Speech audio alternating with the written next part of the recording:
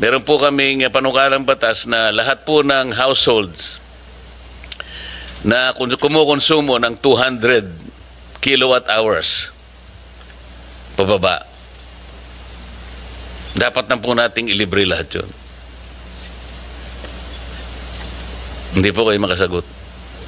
We will support that po kung yan naman ay tutustusan ng gobyerno dahil po itong Lifeline program ang tumutustos po kasi dito ay yung mga ibang consumers din. This is a form of cross-subsidy. Pero yung pong inyong prinsipyo na pinapanukala, ito po ay ang gagawin naming bagong disenyo ng Lifeline program na kung saan ang makakabenepisyo doon sa diskwento ay across the board pero hindi lang na maibibigay yon at 200 bagkus maaring ito ay 50 kilowatt hours, 50 kilowatt hours at 30 kilowatt hours. Ganun lang po kasi pinag-aaralan natin naman din ang magiging impact niya doon sa Lifeline subsidy charge. Hindi naman po kayo magpapasyan yan eh. Kung halimbawa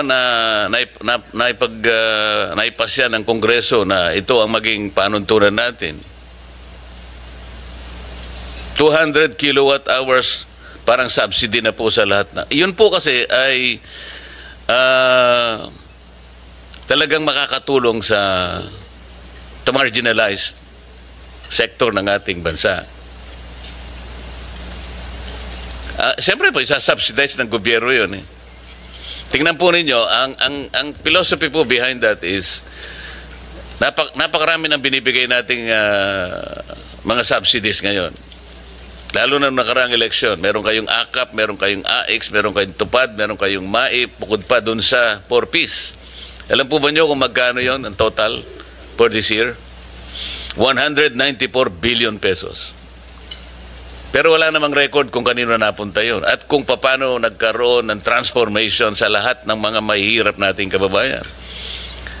Pero pag nilibre natin, let's say 200 kilowatt hour consumption, siguro 100 billion lang po yun. So nakatipid ka ng 94 billion. Yun po yung philosophy behind this. So, yun pong affordability issue. Naayos natin.